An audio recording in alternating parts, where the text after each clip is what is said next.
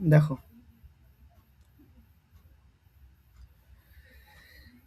এর আগের দিন, আচ্ছা এর আগের দিন বাদ দাও, করো ফটাফট আঁকাও। জিইএম, জিইএম, এর আগে কিন্তু আমি জিইএম সম্পর্কে তোমাদের বলেছিলাম, মনে আছে? জিইএম সহায়, জিইএম সহায় প্ল্যাটফর্মের মাধ্যমে ক্ষুদ্র বিক্রেতাদের ডিজিটাল ঋণ প্রদানের জন্য নিচের কোন ব্যাংকটি জিইএম এর সাথে হাত মিলিয়েছে? কোনটি হাত মিলিয়েছে? তো প্রথমত আমি বলি যে জিইএম কিভাবে কাজ করে, জিইএম কিভাবে ফাংশন করে, কিভাবে কাজ করে আগে বোঝো। ব্যাপারটা হচ্ছে, ধরো আহ, সুমন সুমন একজন ক্ষুদ্র ব্যবসায়ী, যিনি ল্যাপটপ ব্যাগ তৈরি করেন। তার কাজ হচ্ছে ল্যাপটপ ব্যাগ তৈরি করা, হ্যাঁ। তিনি সরকারি একটি দপ্তর থেকে 1000টি ব্যাগ সরবরাহের একটা অর্ডার পেলেন। কিন্তু ব্যাগগুলো তৈরি করার জন্য কি দরকার আছে? কাঁচামাল। যেমন কাপড় দরকার হবে, চেইন দরকার হবে, তাই না, ব্যাগের ক্ষেত্রে। তো এই কাঁচামালগুলো দরকার হবে, কিন্তু ওই কাঁচামালগুলো কেনার মতো সুমনের কাছে যথেষ্ট অর্থ নেই, অর্থাৎ তার কাছে প্রয়োজনীয় অর্থ নেই। তাহলে এর আগে কি হতো? তাহলে সুমন যদি সেখানে ব্যাগ তৈরি করতে চায়, তাহলে তাকে কি করতে হবে? আগের সিস্টেম কি ছিল? আগের সিস্টেম এরকম ছিল যে সুমনকে ব্যাংকে গিয়ে অনেক মানে ঋণ নিতে লাগবে, লোন নিতে লাগবে। এবার লোন নেওয়ার সময় বিভিন্ন ধরনের নথিপত্র অর্থাৎ কাগজপত্র জমা দিতে লাগবে, এবং এই লোনের জন্য তাকে কি করতে লাগবে? ওয়েট করতে লাগবে, অপেক্ষা করতে লাগবে। মানে এই সমস্যাগুলোর সম্মুখীন হতে লাগতো সুমনকে। কিন্তু বর্তমানে জিইএম সহায় কি করেছে, যে সুমন তার সরকারি অর্ডারের ডিজিটাল যে কপি, সেটা দেখিয়েই সরাসরি জিইএম সহায় যে অ্যাপ আছে, মানে জিইএম সহায় একটা অ্যাপ আছে, সেই অ্যাপ বা পোর্টালে ঋণের জন্য ডিরেক্টলি কি করতে পারে? আবেদন করতে পারে। এবার তার যে এই আবেদন, সেই আবেদন অনুযায়ী পিএনবি কি করবে, মানে পাঞ্জাব ন্যাশনাল ব্যাংক কি করবে? পাঞ্জাব ন্যাশনাল ব্যাংক সেই অর্ডারটা যাচাই করবে, সুমনের অ্যাকাউন্টে মানে ফার্স্ট দ্রুত টাকা পাঠিয়ে দিবে। এবার তাতে কি হবে? সুমন সেই টাকা দিয়ে কাজ কমপ্লিট করবে, এবং পরে সেখান থেকে যেটা লোন হয় সেই লোন সহকারে ওই টাকাটাকে রিটার্ন করে দেবে। অর্থাৎ মোট কথা হচ্ছে জিইএম সহায় তোমাকে দ্রুত লোন দেওয়ার ব্যবস্থা করে। আর আগে কি হতো? ব্যাংকের জন্য লোনে অনেকক্ষণ সময় কাটাতে লাগতো। তো জিইএম সহায়ে তুমি যদি লোন পেতে চাও, তাহলে তোমার ওই লোনটা কোথার থেকে হবে? মেনলি কে দেবে? কোন ব্যাংক দেবে? পিএনবি ব্যাংক দেবে। তো জিইএম সাথে কে হাত মিলিয়েছে? পিএনবি, পাঞ্জাব ন্যাশনাল ব্যাংক কিন্তু ওখানে হাত মিলিয়েছে। এটা হচ্ছে ফাইন্যান্স থেকে কোশ্চেন। নেক্সট সঠিক উত্তর হবে এটার ইউবি রাও। দেখো, 2026 সালের এপ্রিলে নাসকম ফাউন্ডেশন এর নতুন চেয়ারম্যান হিসাবে কে নিযুক্ত হয়েছে? নাসকম ফাউন্ডেশনের নতুন চেয়ারম্যান হিসাবে কে নিযুক্ত হয়েছেন? তো এবার প্রথমত আমরা জানি যে নাসকম যে ফাউন্ডেশন, এই ফাউন্ডেশনের ফাংশন কি। দেখো, অনেকগুলি কিন্তু সংস্থা রয়েছে, প্রত্যেকটা সংস্থা তোমার বেসিক ফাংশনটুকু তোমার জানতে লাগবে। এতে কি হবে? তোমার কারেন্ট অ্যাফেয়ার্সে ইন্টারেস্ট গ্রো হবে। আদারওয়াইজ তুমি যদি যা জায়গায় পড়ে যাও এই সংস্থার কে চেয়ারম্যান, ওই সংস্থা, তাহলে তো তোমার ইন্টারেস্ট গ্রো হবে না। তোমার কোন সংস্থার কি কাজ, কি ফাংশন, কে কেন ওই সংস্থায়, একটু মানে অত ডিটেল না জানলেও ওর বেসিক যেটা, সেটা তোমাকে কিন্তু জানতে লাগবে। তো ব্যাপারটা এইরকমই, যে নাসকম ফাউন্ডেশন হলো ভারতের একটা আইটি কোম্পানি, বলতে গেলে আইটি শিল্প। এটার যে মূল লক্ষ্য, সেটা মূল লক্ষ্য হচ্ছে প্রযুক্তির মাধ্যমে অর্থাৎ টেকনোলজির মাধ্যমে সামাজিক পরিবর্তন নিয়ে আসা। বিষয়টা তবু তোমাদের কাছে ক্লিয়ার হলো না, যে টেকনোলজির মাধ্যমে কি করে সামাজিক পরিবর্তন নিয়ে আসবে। তো আমি কতগুলো পয়েন্ট আলোচনা এখানে করছি। প্রথমত হচ্ছে, দেখো, গ্রাম বাংলার মানুষের কাছে ইন্টারনেটের সুবিধা এবং ডিজিটাল শিক্ষা পৌঁছে দেওয়া, অর্থাৎ ডিজিটাল সাক্ষরতা পৌঁছে দেওয়া, এটা হচ্ছে নাসকম ফাউন্ডেশনের ফাংশন। তাহলে প্রথম হলো ডিজিটাল সাক্ষরতা, দ্বিতীয়ত হচ্ছে তরুণ প্রজন্মকে মানে টেকনোলজির দিক থেকে দক্ষ করে তোলা, যাতে তারা সহজেই প্রযুক্তিগত যে টেকনিক্যাল যে পোস্টগুলি আছে তাতে ওরা সহজে জব সিকিউর করতে পারে, জব পেয়ে যায়, জব অপরচুনিটি তাদের যাতে মেলে, অর্থাৎ দক্ষতা বৃদ্ধি। এটা হচ্ছে নাসকম ফাউন্ডেশনের এক কাজ। 3 নাম্বার হচ্ছে যে নারী এবং ভিন্নভাবে সক্ষম ব্যক্তিদের, ভিন্নভাবে সক্ষম ব্যক্তি বলতে এখানে হ্যান্ডিক্যাপদের কথা বলা হয়েছে, তারা যাতে প্রযুক্তির দিক থেকেও এগিয়ে যেতে পারে, এই পুরো বিষয়টাকে দেখা হচ্ছে কার কাজ? নাসকম ফাউন্ডেশনের ফাংশন। তো নাসকম ফাউন্ডেশন এক কথায় যদি আমরা বলি, প্রযুক্তির মাধ্যমে কি করবে? সমাজে পরিবর্তন নিয়ে আসবে। এটাই হচ্ছে নাসকম ফাউন্ডেশনের মেইন কাজ। ঠিক আছে? তো এই নাসকম ফাউন্ডেশনের এখন চেয়ারম্যান হিসাবে কে নিযুক্ত হয়েছেন? এই নাসকম ফাউন্ডেশনের চেয়ারম্যান হিসাবে এখন নিযুক্ত হয়েছেন ইউবি প্রবীণ রাও। ইউবি প্রবীণ রাও তিনি নাসকম ফাউন্ডেশনের চেয়ারম্যান হিসাবে নিযুক্ত হয়েছেন। এবার ইউবি প্রবীণ রাও ইনি কি এর আগে অন্য কোনো কোম্পানিতে বা কোথাও ছিলেন? ব্যাপারটা হচ্ছে ইউবি প্রবীণ রাও তিনি ভারতীয় তথ্য প্রযুক্তি অর্থাৎ আইটি জগতের একজন অত্যন্ত পরিচিত এক ব্যক্তিত্ব। তিনি ইনফোসিস কোম্পানির প্রাক্তন চিফ অপারেটিং অফিসার কিন্তু হিসাবে দীর্ঘকাল কিন্তু তিনি দায়িত্ব পালন করেছেন। কিসের?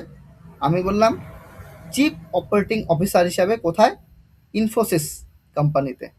ইনফোসিস একটা কোম্পানি রয়েছে, এখানে দায়িত্ব পালন তিনি করেছেন। এসওয়াইএস ইনফোসিস। তো যাই হোক, ওখান থেকে এখন তিনি এখানেও দায়িত্ব পালন করছেন। অনেক এক্সপিরিয়েন্স আছে তার। তো দেখি তারপরে কোশ্চেন, ভারতের কোন আঞ্চলিক পাসপোর্ট অফিস, আঞ্চলিক পাসপোর্ট অফিস অর্থাৎ রিজিওনাল পাসপোর্ট অফিস, আরপিও মানে হচ্ছে রিজিওনাল পাসপোর্ট অফিস, যেটাকে আমরা বাংলা বলবো আঞ্চলিক পাসপোর্ট অফিস। প্রথম ভিন্নভাবে সক্ষম, ভিন্নভাবে সক্ষম বলতে দেখো কেউ আছে অন্ধ, তিনি ভিন্নভাবে সক্ষমের মধ্যে পড়বেন। কেউ আছে হচ্ছে কানে শোনে না, তিনি ভিন্নভাবে সক্ষম। তো এই সমস্ত ব্যক্তিদের ভিন্নভাবে সক্ষম বলা হচ্ছে। মোট কথা হচ্ছে ফিজিক্যালি ডিসেবলড এরকম ব্যক্তিদের বলা হচ্ছে ভিন্নভাবে সক্ষম ব্যক্তি। ভিন্নভাবে সক্ষম ব্যক্তিদের জন্য ব্রেল লিপি ব্রেল লিপি এবং ইশারা ভাষা এই পরিষেবা চালু করার গৌরব অর্জন করেছে। মানে এই পরিষেবাটা কে চালু করেছে? ব্যাপারটাকে আগে বোঝার চেষ্টা করো যে ধরো যে রাহুল একজন দৃষ্টিহীন ব্যক্তি, রাহুল একজন দৃষ্টিহীন ব্যক্তি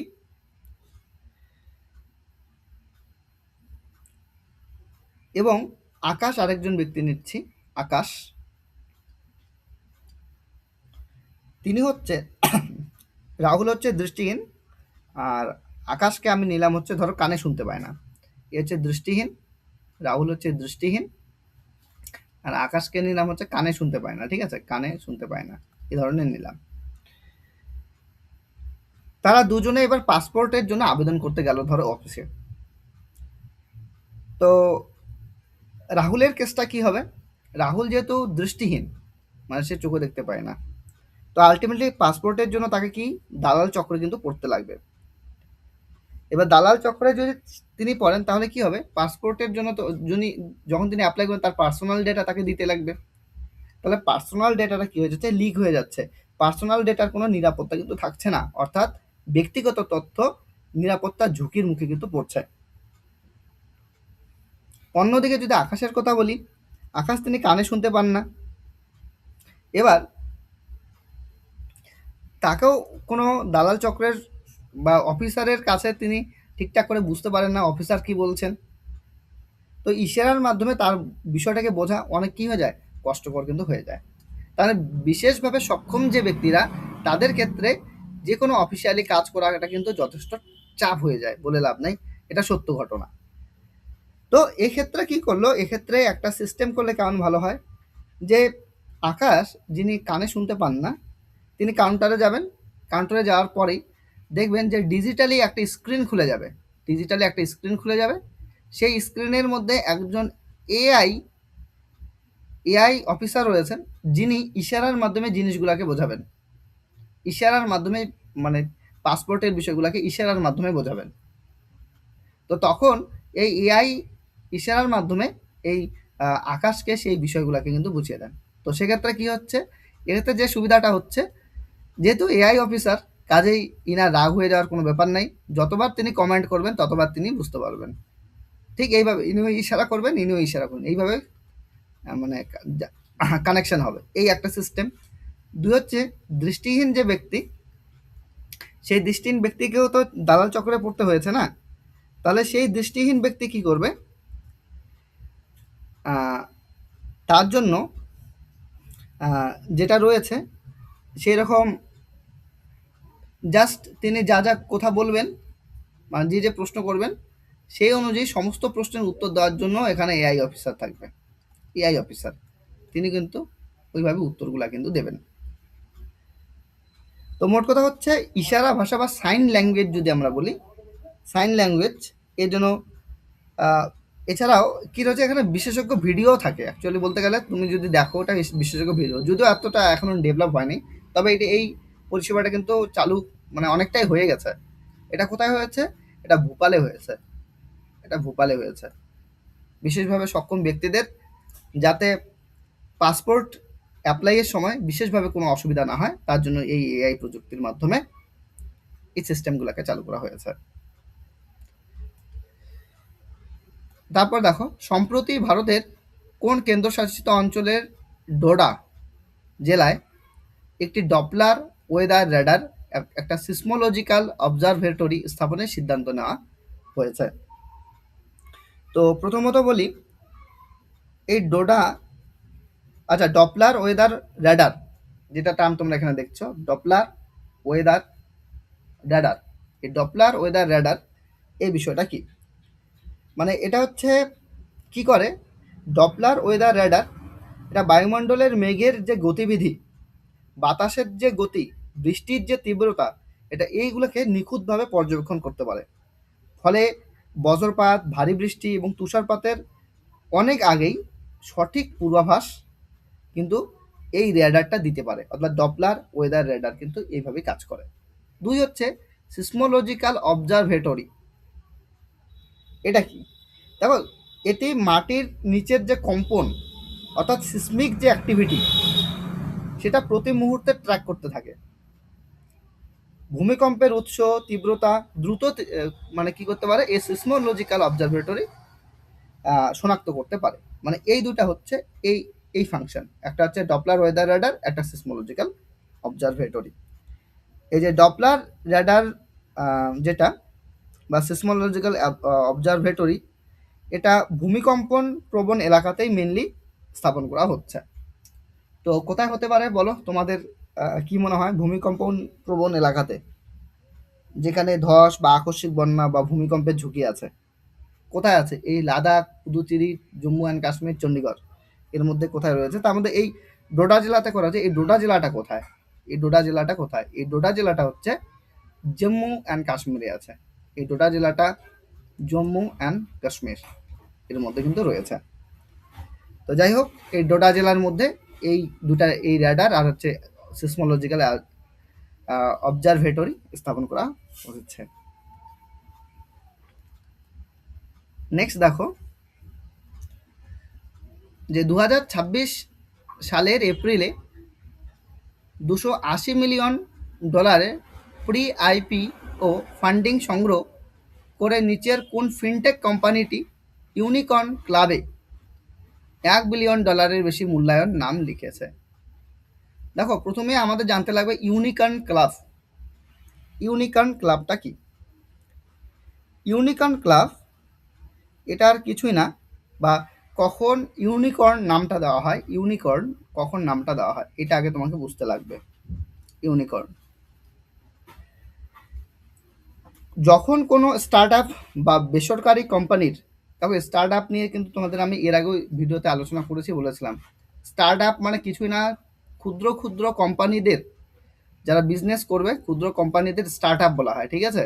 তো স্টার্ট আপ শব্দটা ওই ক্ষুদ্র কোম্পানিদের সাথে কানেক্টেড আছে।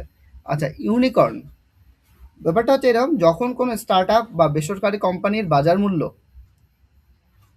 অর্থাৎ সেই কোম্পানির যে ভ্যালুয়েশন, সেটা $1 বিলিয়ন, $1 বিলিয়ন, সেটা ইন্ডিয়ান কারেন্সিতে মোটামুটিভাবে ধরে নিতে পারো 8,300 কোটি টাকারও বেশি, 8,300 কোটি টাকারও বেশি।